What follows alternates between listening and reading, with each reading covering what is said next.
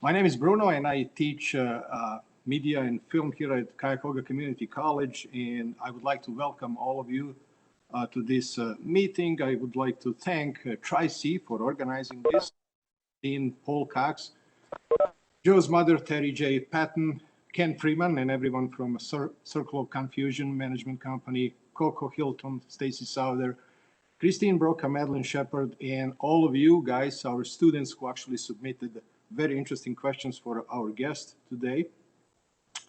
But before we start talking about writing for film and TV, I would like my colleague, Professor John Kersey, to introduce our special guest. Thank you, Bruno. Thank you, my colleague, Professor Bruno Tadalovic. And somewhere in my Marvel comic book collection, I have Fantastic Four 52, when the character Black Panther first made his debut back in 1966. Fortunately, our culture has progressed a lot in the last 55 years. And certainly one of the proudest developments we celebrate is the 2018 movie Black Panther, the first modern film to feature an all-black cast and crew, including its director and writers. So Creative Arts and Media and Journalism Studies at Tri-C today are thrilled to have Joe Robert Cole, one of the writers of Black Panther, with us today. The musical genius Prince stated that sometimes it takes years for a person to become an overnight sensation, and that's certainly the case with Mr. Cole. He wrote a comedy titled ATL way back in 2006 and wrote and directed the movie Amber Lake in 2011, but neither film had a lot of acclaim. But that changed in 2016 when Mr. Cole first came to national prominence for his co-producing and writing work on the TV series The People vs. O.J. Simpson, where he earned a Writers Guild of America and a Black Reel Award.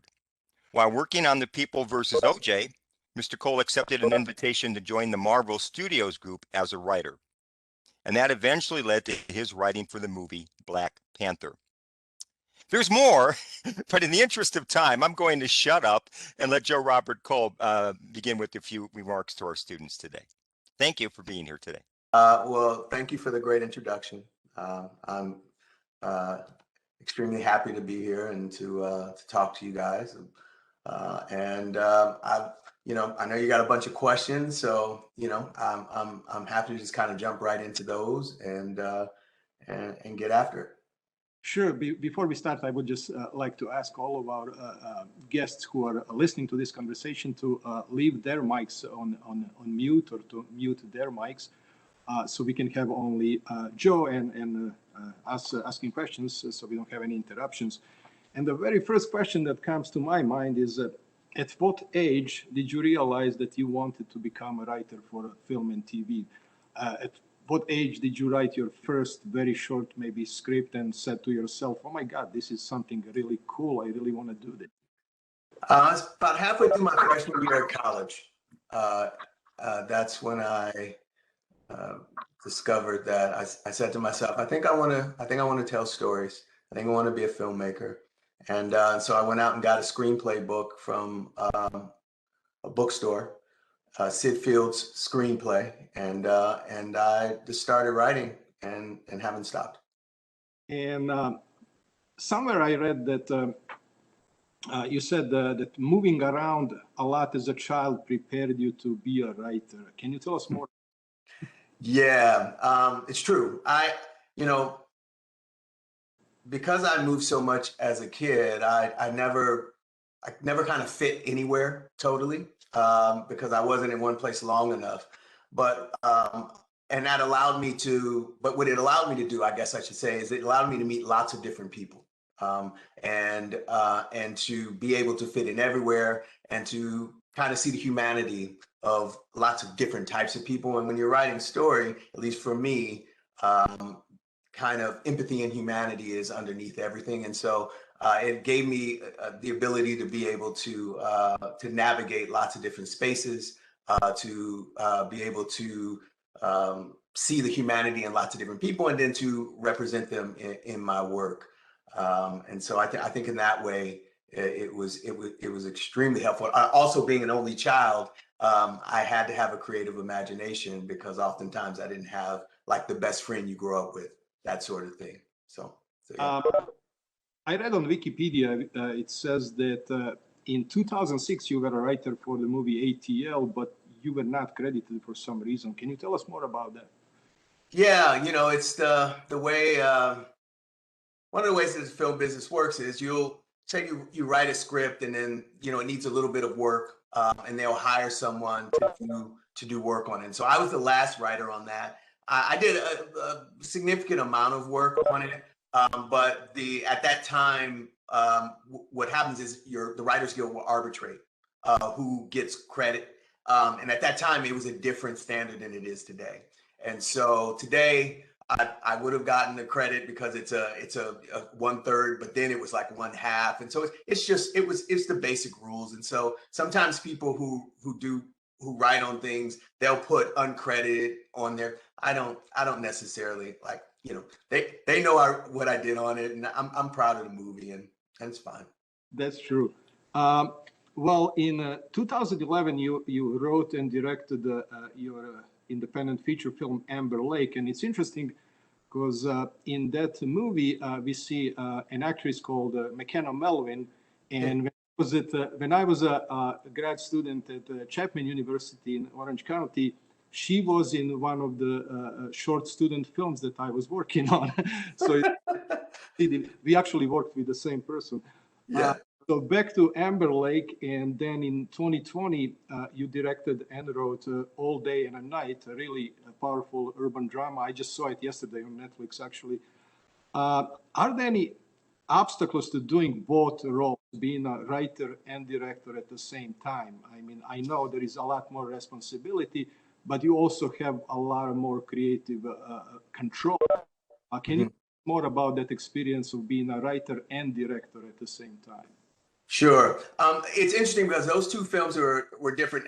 Amber Lake was much more of a collaborative endeavor. It was McKenna and the other two actors. Polly's one of them, but we all literally voted on everything. We figured out the story together. We came up with the genre together.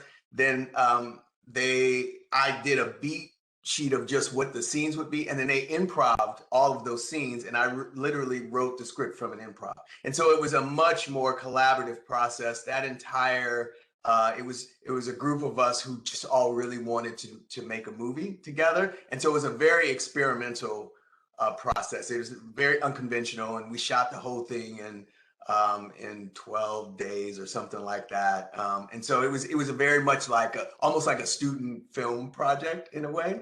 And so that was very different than All Day and a Night, which was something that I had written, was something that I had really wanted to direct for quite some time. And the challenges, I think, that you run into when you're a writer director is that you're very, very close to the material. And so it becomes important to find strong people around you who have points of view that you respect, so that it helps you to kind of step back and have a little bit clearer view of the work. And so as a writer, you can play that role oftentimes for the filmmaker. But when you're doing both roles, you have to really work to make sure that you're flexible, open-minded, and you allow other insight to help guide how you approach the material. So sure, I totally relate to Amber Lake experience, because I did an indie feature film years ago with the zero budget, as they say, and you the collaboration, but you face all kinds of obstacles. So it's very different than doing something with a much bigger budget, obviously. That's to your very successful project in 2016. You were nominated for Primetime Emmy Award for the race card episode of the American Crime Story. And I remember back in the 90s, I'm a little bit older than you, so I watched O.J. Simpson case and trial on Court TV, and I can relate to that. How did you prepare, and how did you feel on taking on a historic case, such a big case of O.J. Simpson trial, and writing something that actually became very successful episode on that show? It was fun. You know, everyone wrote a book. Number one, everyone wrote a book. And so I read about 10, you know, the entire team, I read at least 10 books on it. You know, it was, our base was Jeffrey Toobin's book, a run for his life, I believe. I don't want to mess up the name, but it's been a little while. But that was our base book. But we read lots of books to get points of view and perspective from all of the people involved. And that was our approach. You know, it was a very polarizing moment in our country's history. And so what we wanted to do was to really try to show a 360 degree, all of the points of view, so that if you were on one side of the ledger back then, you would at least understand where the other side was coming from after the show was over. And so that was how we delved in. We really tried to get under the skin of the characters and to be, again, that kind of humanity, to get to like, how do they see the world, and what were they trying to accomplish, you know, from their perspective. But it was fun. It was such a crazy, salacious, I mean, it's obviously tragic, but just all of the people around it, it was very much so the kind of celebrity culture that I think we take for granted today. That was the beginning of a lot of that during that time. Excellent. Yeah. Now I would like to ask you one sort of a technical question, because I'm a screenwriter myself, and I teach a screenwriting class here at the college. Mm-hmm. What's your personal script creation method?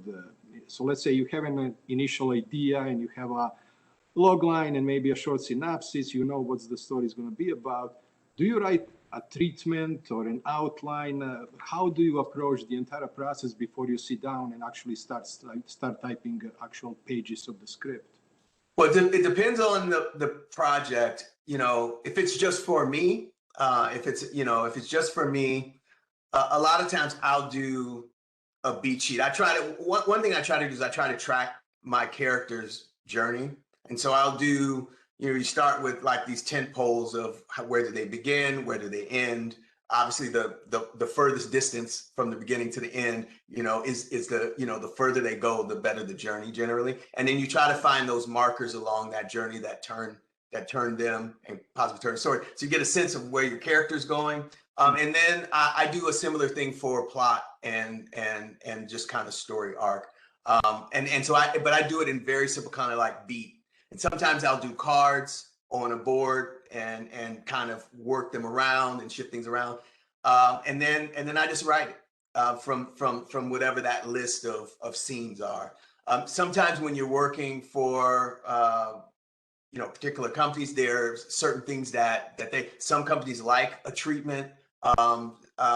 You know, some want some sort of outline that they can look at. And so you kind of play with, you know, what the requirements are for the job. Yeah, that leads to another question. An audience is always unpredictable, and you never know how they're going to react to the film when it comes out. While you write, how do you write an ending that is satisfying to the viewer, or do you actually think about it? Do you ask yourself, okay, how do I do this to please 90% of the audience out there, or is it even possible to please everybody? Well, the answer to that is no. You can never please everybody. There's not, and so, you know, that's never the. If that's your goal, you're going to fail every time.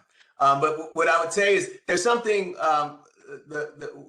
What I would call it is, and I didn't make this word up, but like wish fulfillment. So there's a particular type of people watch certain movies for certain things. They want certain feelings. They go into it with a certain expectation, and you can either subvert that expectation and not give them what they're looking for, or you can give them what they're looking for, and it affects their, you know, their experience. And so in terms of like trying to find a satisfying ending, it depends on what you want to accomplish. So with a movie like, you know, Black Panther or a superhero movie, you know, these are comic book fans, these are superhero fans. There's certain things they want, certain thrills, they want a sense of humor, they want certain kind of hero moments. They want their, everyone has to have their win, and everyone has, where the wins and the losses. So you're really trying to play on the things that they're expecting, and then you try to then make a story, kind of a more emotional narrative story that can work within that. But you don't want to like take away you try to mix the medicine with the candy, right? Instead of like, you don't want to take away the things that people expect.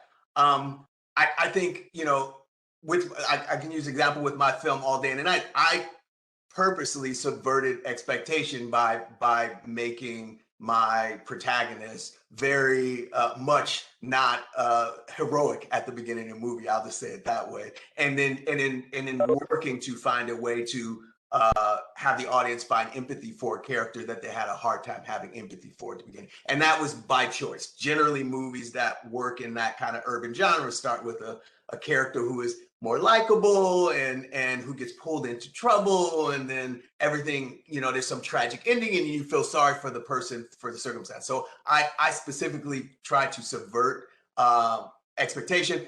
Some people it worked. For some people, they're like, oh wow, it's pretty heavy dose of reality. But that was a choice, right? And so you kind of go into it trying to play that way. And you mentioned obviously Black Panther, and half of our questions are about Black Panther in 2018, very successful film. So I'll give a mic to my colleague, Professor Kersey, because he has some questions about Black Panther. Go ahead, John. I'm going to take this first question and maybe just change it slightly, because I think it leads really well into what you're just talking about. Could you do some compare and contrast some similarities and differences between writing the two things you did for America Crime Story, and again, even producing, because you're involved with that. Compare that to what it was like writing for the film Black Panther. Give our students kind of a feel of the similarities and differences. Well, the writing for TV and writing for film they're both stories. So film oftentimes feels a little bit more like a novel because you're writing 10 hours versus 2 hours, right, of work. But TV, you're looking to break out your story in chunks. Your episodes have to tell their own story in a way, right? And so whose episode is this? When we were doing OJ, we would say, is this Marsha's episode? Is this a Marsha Darden episode? Is this a Cochran episode? And so we're seeing who's the main players, and then we're touching base with all the other players. Like, what's the storytelling of that episode? What's the narrative of that particular episode? And then how does that smaller episode fit into the larger narrative of this entire 10-hour show? And so you're working in chunks, in smaller chunks, but you're also working in a larger framework. Now, what's interesting about Marvel movies is that they, as a movie, they're almost like episodes of a much larger TV show, because all of the movies are connected. So when working on Black Panther, you're literally working on your story, but then that story, you're taking in, you're keeping in mind what happened prior to what you've done. They don't tell you where you have to end the movie, but you do keep in mind you're in a cinematic universe. You're able to pull from events that happened in the past if they make sense for your story, and you stand you stay in a certain range in terms of what the storytelling is that you're telling. So, great. Mm-hmm. On that topic, I want to throw in the P word, pressure. Was there any pressure for you when preparing for the Black Panther, considering basically this was a character that had been decided to be added into that MCU? And was that maybe a bit more nerve-wracking than things that had happened for you prior to then? No, I mean, I don't think there was any pressure in terms of, we knew that the character was very successful in Captain America: Civil War. He was very well liked character. I was aware that they might want to do a standalone film, and I had to win the job. They came to me, and they came to a few writers, and I had to come up with my take and pitch that and that sort of thing. But there was an excitement to write a story and to be a part of a film that was going to be a large budget movie with a Black hero. That certainly was in all of our hearts and minds as we were working on the film. But you just pour your heart into the work, and certainly working with Ryan Coogler, who's an amazing person and an amazing filmmaker, amazing writer. It makes it easy. You know, you're just, you know, you're running through the wall, you're doing all the work, and you're putting everything you have into it. So you don't really have as much time to worry about pressure at that point, because it's a lot of work. It's hard to make a good movie. It just, you know, you're really, you know, you're really putting in time and putting in a lot of sweat equity to make it happen. So. Hey, sticking with that whole idea of the MCU, when you're writing as part of a franchise, so to speak, with all of those movies, and you know that there's an end that's planned out in terms of the whole MCU, you know, even before you have this huge emphasis on Black Panther, how does that affect your creativity? Does that restrict or constrict it in any way? Or is it kind of more rewarding because you're writing a key part of a key character in a much bigger story? Well, I think it's more fluid than people realize. They give you a tremendous amount of freedom to tell the story you want to tell. There is what has happened before, right? And you can pull from that. You understand that if there's a movie that's being made at the same time, you are aware of certain things that are happening in those films, but they don't tell you you have to end like this. Because that allows, you know, I was speaking a little bit about directing and how you have, you know, you do a lot of preparation, but you have to have flexibility. You have to be open-minded. You have to let, you know, other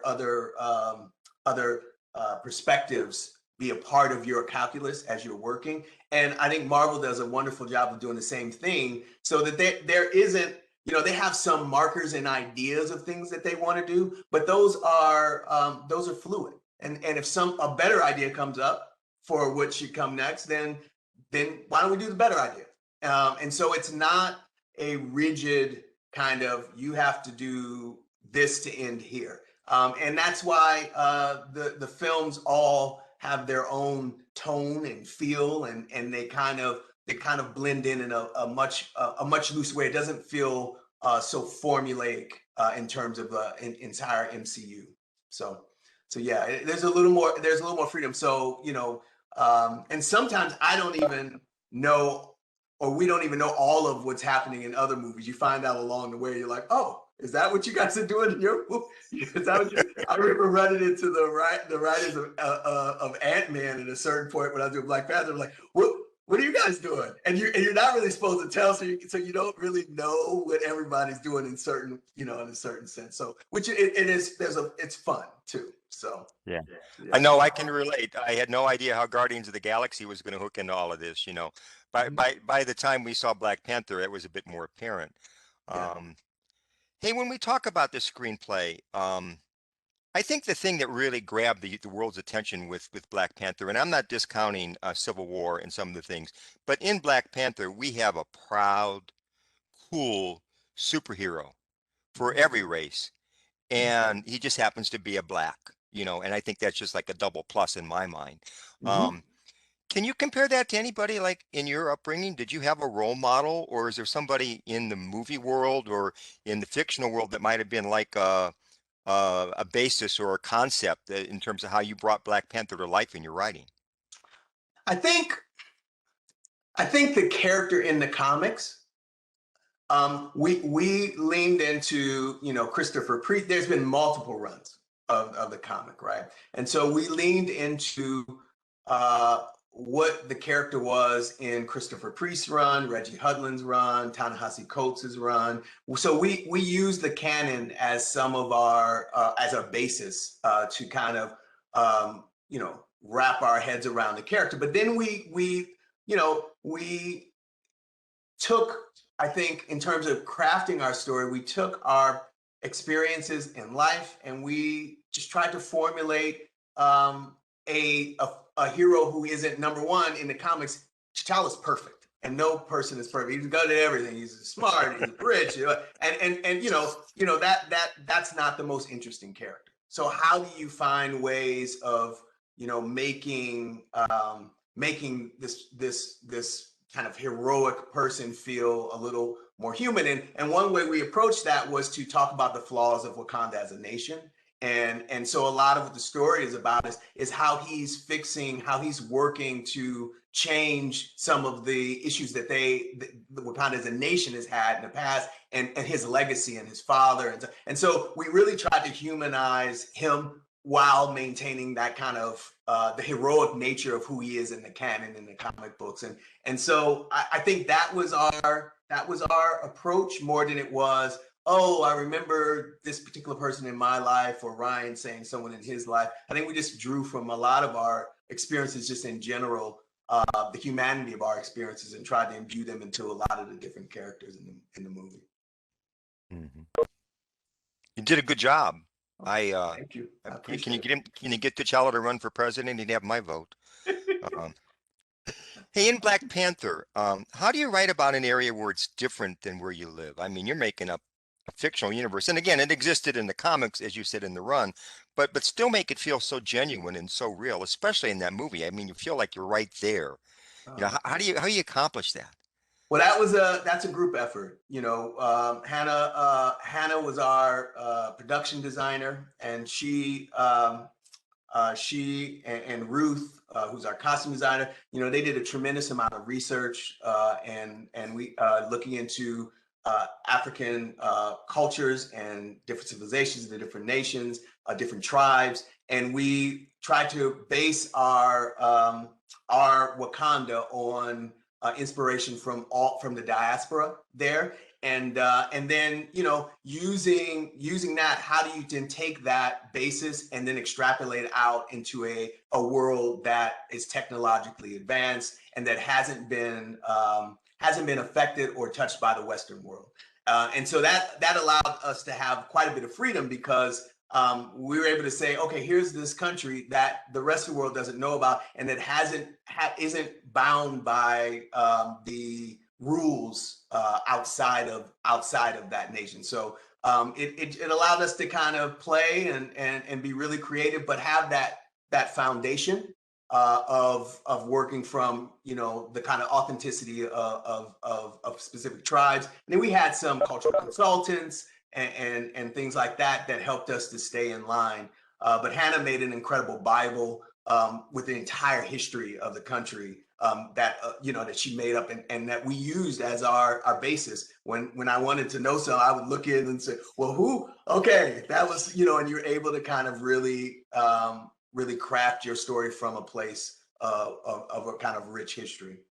Yeah, that's fascinating. Kind of a Bible for the narrative, huh? Yeah. Do you feel Black Panther is your best work, considering how the rest of the world's just adored the film? You know,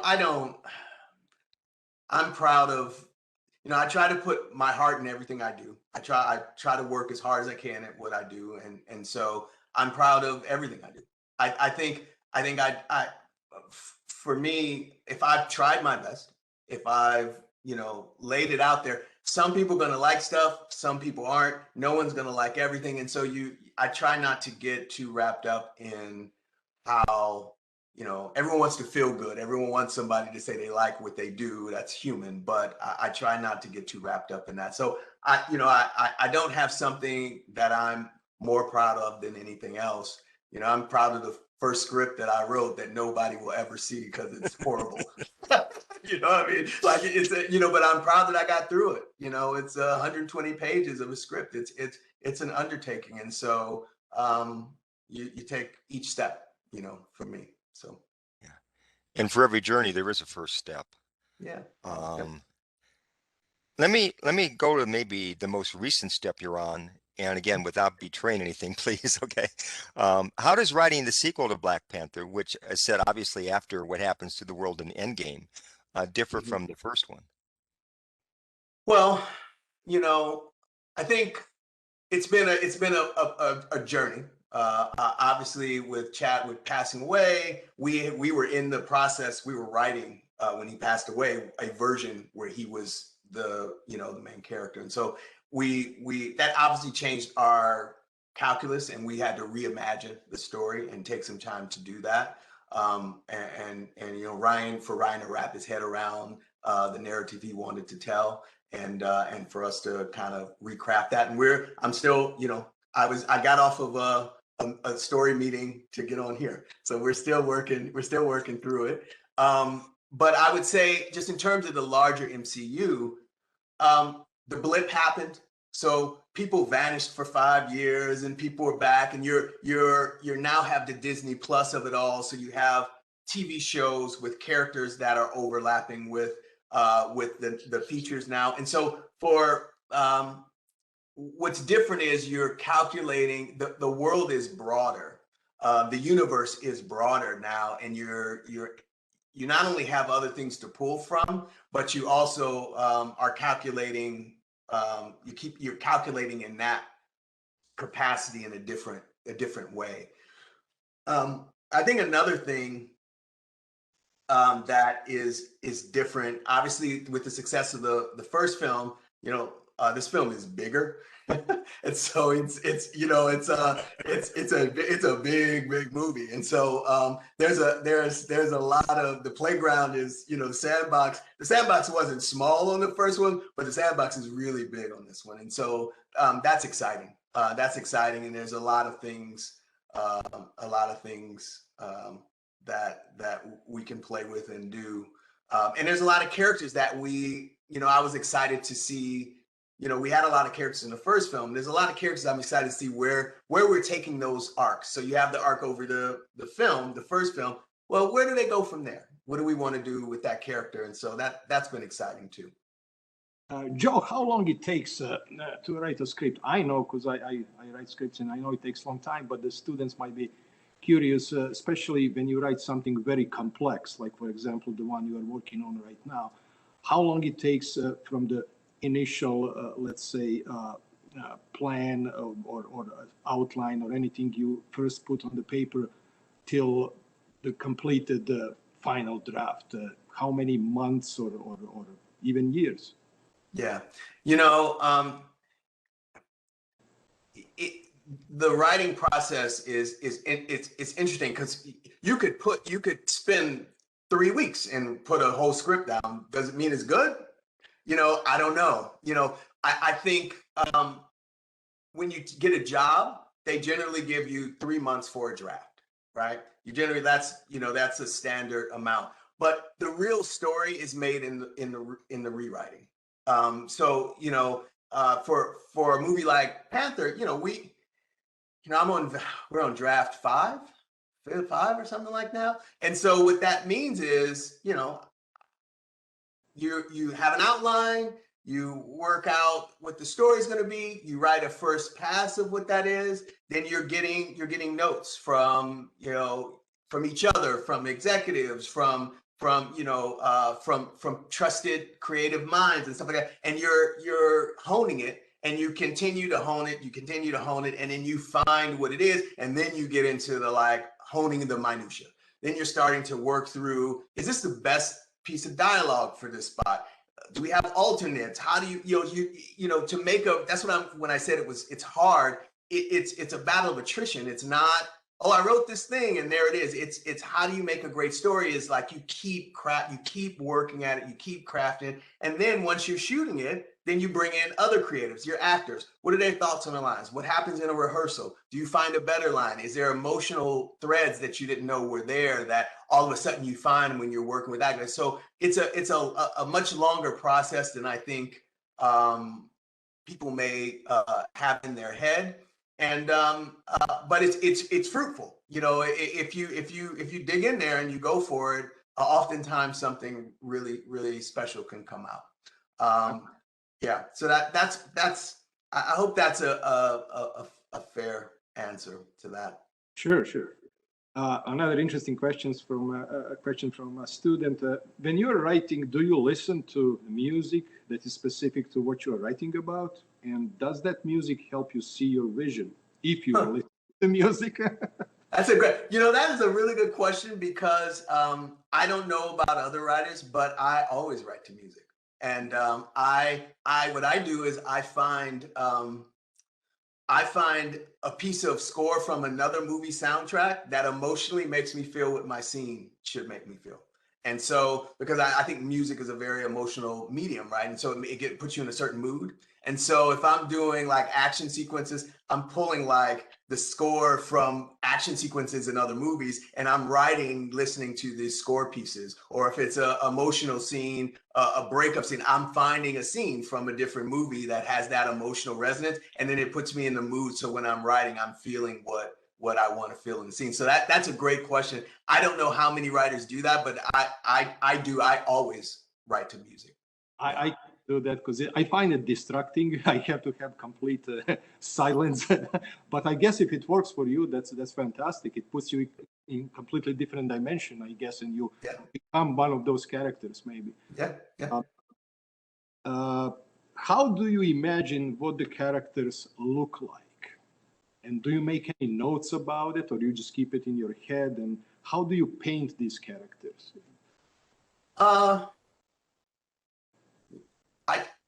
That's an interesting one, because when I think of characters, I think of what they feel more than I think of what they look like.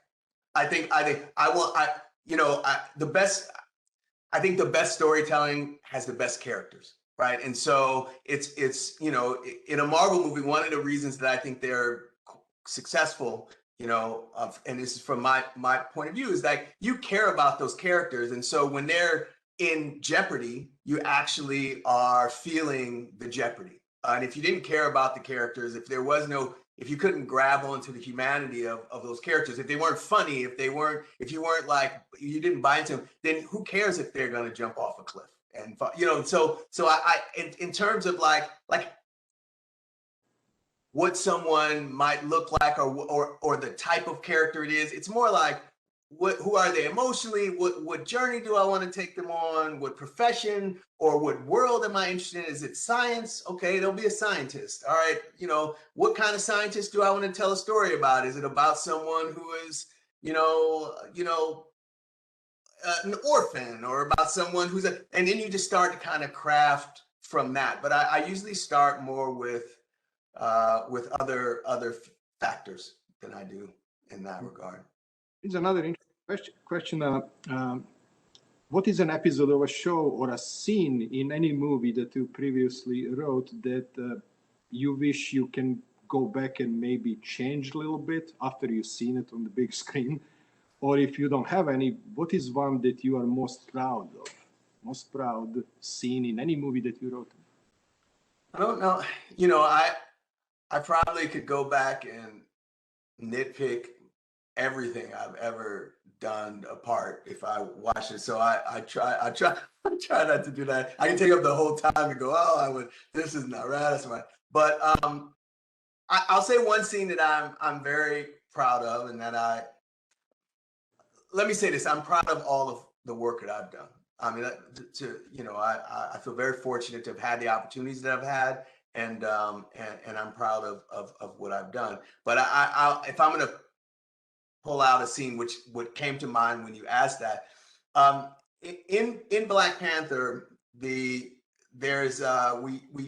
had these where you go to the ancestral plane, and T'Challa did it and he saw his father, and then Killmonger did it and he saw his father in the apartment. I wrote, we wrote on everything, but that particular Killmonger with his father scene, I think whenever I watch it, I feel the same emotionality, and that makes me know that I did, that the work in that scene landed. So I think I think it really speaks to who he is as a character and humanizes him as a villain in a really cool way.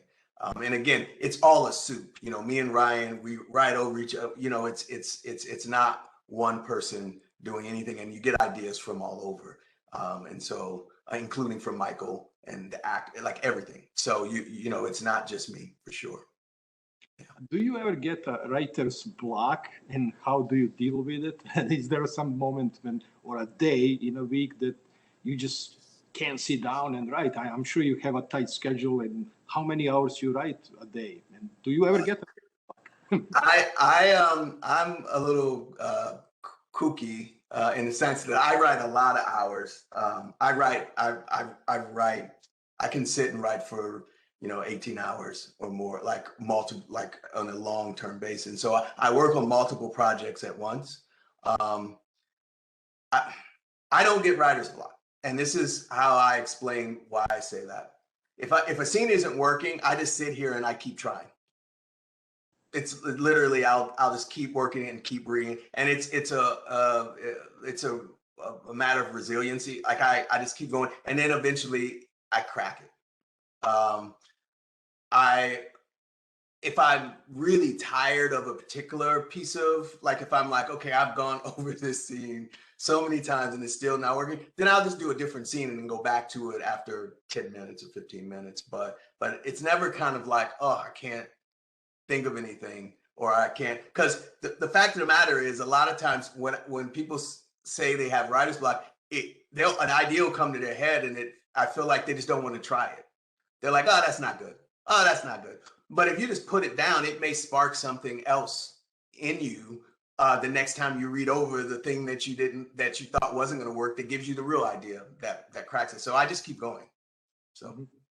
Do you prefer writing for a television series or feature films? What's your number one? I like writing for both. They're like I was saying a little bit earlier. TV is more like a novel versus a short story. But it's the same thing. You're really trying in terms of like character, in terms of like TV is more, you're writing more hours of content. You're shooting more hours of content. Oftentimes you have different directors on episodes. But as a producer or a writer or creator of a TV series, you're acting almost in the capacity of the director. Like on a feature, the director is the larger creative voice. On TV, it's the creator or writer, because you're there for all of the episodes. And if you're a writer director on TV, then you really are playing that role as well. So that's a little bit of the difference. One question about, in particular, what's happening in 2020 and 2021. This past year, COVID-19 has affected our lives greatly. What has been one of the biggest struggles for you regarding the film industry and what you do daily? Or is there anything that affected you because of all of this situation? Well, I think it affected everyone, in some capacity or another. My movie was going to have a limited theatrical release, my All Day and Night, and I was going to do a speaking tour around and that, it became Zoom interviews, and because it got released right after COVID hit. And so it certainly affected the rollout of my film in that way. But just in terms of like overall for everyone, it's, the idea our theater is going to reopen. What happens when there's films like Black Panther and Black Panther 2, these are big movies. And so there's some movies that are funner to sit in your living room and watch, where you have the creature comforts of home, versus there's some things that are spectacle and some things you want that experience. And so just the question of whether or not that was going to be a thing, I think was hanging for a while. For me personally, in terms of my work, I have a home office. I work at home. If I'm in production, obviously then you're in a production office, but there is no real production going on, during COVID, and it's certainly not anything that I was working on. And so I was just writing. In fact, I got quite busy because, it's you could hire writers, and that was something you could do. And so it didn't slow down my work at all. Yeah. Who is the one person or couple of people that inspired you the most in your life? Maybe some idols, maybe some other artists in any field. It doesn't have to be film. Do you have one or two people that inspired you the most? Yeah, I think the two people that I look up to the most is my mom and my grandma. And they're very different people, but the two of them, I think, make who I am. So I would say the amalgamation of those two are kind of how I am kind of a pragmatic artist in a way. And so I look at them in that way. I'm a big Kubrick fan. I love his films and wish I could have like an inkling of his career. And so if there's a filmmaker that I admire, I admire Kubrick, and I also admire Spike Lee as a filmmaker, being able to put essays on film, points of view on film. And so I think those are the people that I probably look to the most in terms of my life. Yeah. Actually, I'm a huge fan of Stanley Kubrick. I mention his name all the time in all of my film classes, and students probably are kind of tired of that. But I see some similarities. Actually, Kubrick did feature films in completely different genres. And now looking back to your work, you did 3 or 4 different genres already. And obviously, we expect a lot more to come from you. Yeah. Now, maybe the last question from me, and then I'll give it to John. What will be your message to students? We are here at a community college in Cleveland, and we have a 2-year film degree, and some of our students actually worked in the last couple of years on Judas and the Black Messiah. They were production assistants, and because the film was shot here, so they did experience something, and they really are excited to learn here at our school and to enter the film industry. What would be your message to some of these kids that are listening to this conversation, and maybe they want to major in film or writing, and what should they do? How should they pursue that? What's your personal message to them? Well, it depends on what they want to do in the business. I think it's great. Ryan Coogler produced Judas, and so I know all about it. We would talk while that was going on. What I would say depends on what you want to do, but the nexus of the film business is Los Angeles, and so one thing that you want to think about is if you want to get into the production field, which is being on set and stuff and that nature, there is filming that happens in Cleveland. So if it is a destination to film. I know the Russo brothers shot there, and there's lots of things going on in that way. Find that who are those people in production in that capacity, and try to apprentice or work or find your way into that world. Otherwise, move to maybe Georgia, where that's that kind of.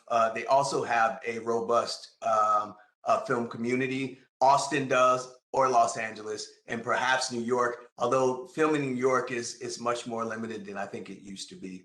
So you want to find yourself to a place where it is an industry where you can find work, because it takes time to get in, and oftentimes you got to do the assistant job or the kind of grunt job to kind of get your way in, and you need to be in a place where there's enough work where you can grow in that way. There are also, so that's in terms of like production. I think that's fascinating. If you want to be a filmmaker, shoot a film.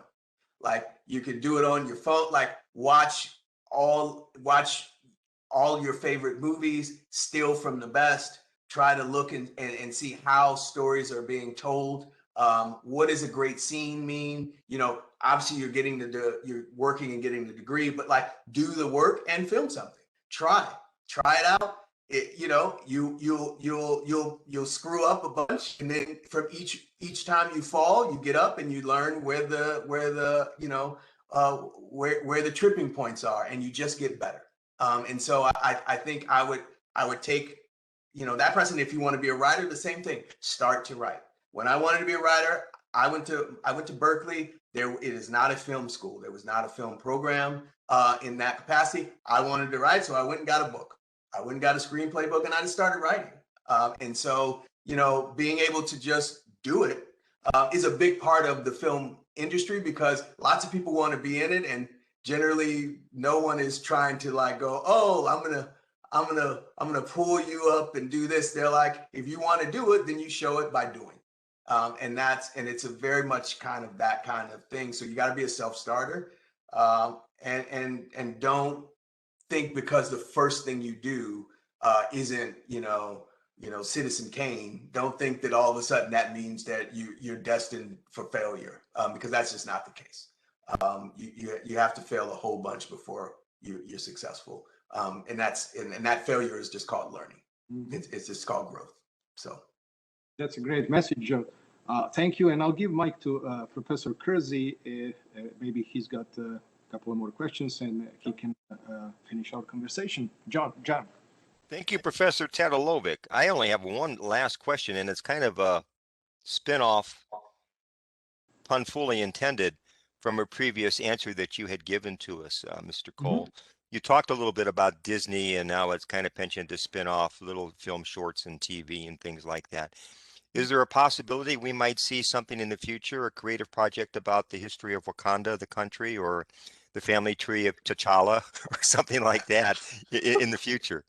I think anything's possible. I don't know of anything that's for sure in the works in that capacity at this point. I don't, and I don't know it's a lot of things could be happening that I don't even know about, but that's one that I'm not sure about. But I certainly know that there is a desire to continue to broaden out the ancillary storylines of lots of different characters from not only Black Panther films, but from all of the films. And the Marvel movies are populated with a lot of really interesting, great characters. And so there's a lot of different places that I think it can go. Okay. Hey, you also said something that reminded me of some guy named Spielberg. He did a movie, I don't know, 22, 23 years ago called Amistad. Yeah. And Morgan Freeman and Anthony Hopkins have a little dialogue in there, and I think it's Freeman who says, "Whoever tells the best story wins." Yes. No doubt. And my students have seen me refer to that scene, and I ask them to actually talk a little bit about that and explain themselves from that lens. So, Yep. we'll say on behalf of Cahuga Community College, our Creative Arts Department, and Professor Tadalovic and I, we want to thank you from the bottom of our hearts for spending the time today with our students. We're very appreciative of the opportunity you've given to them. And if your travels ever bring you back to Cleveland, please, we're pleading with you. Let's find some time for you to stop at Tri-C and meet some students in person if possible. I would love that. And this has been a joy, and I really appreciate it. And I want to say, hi, Mom. No, you're out there. All right. All right. All right. Thank you, everybody. I've really enjoyed myself. All right. Thank you, John. Thank you. All right. Take care.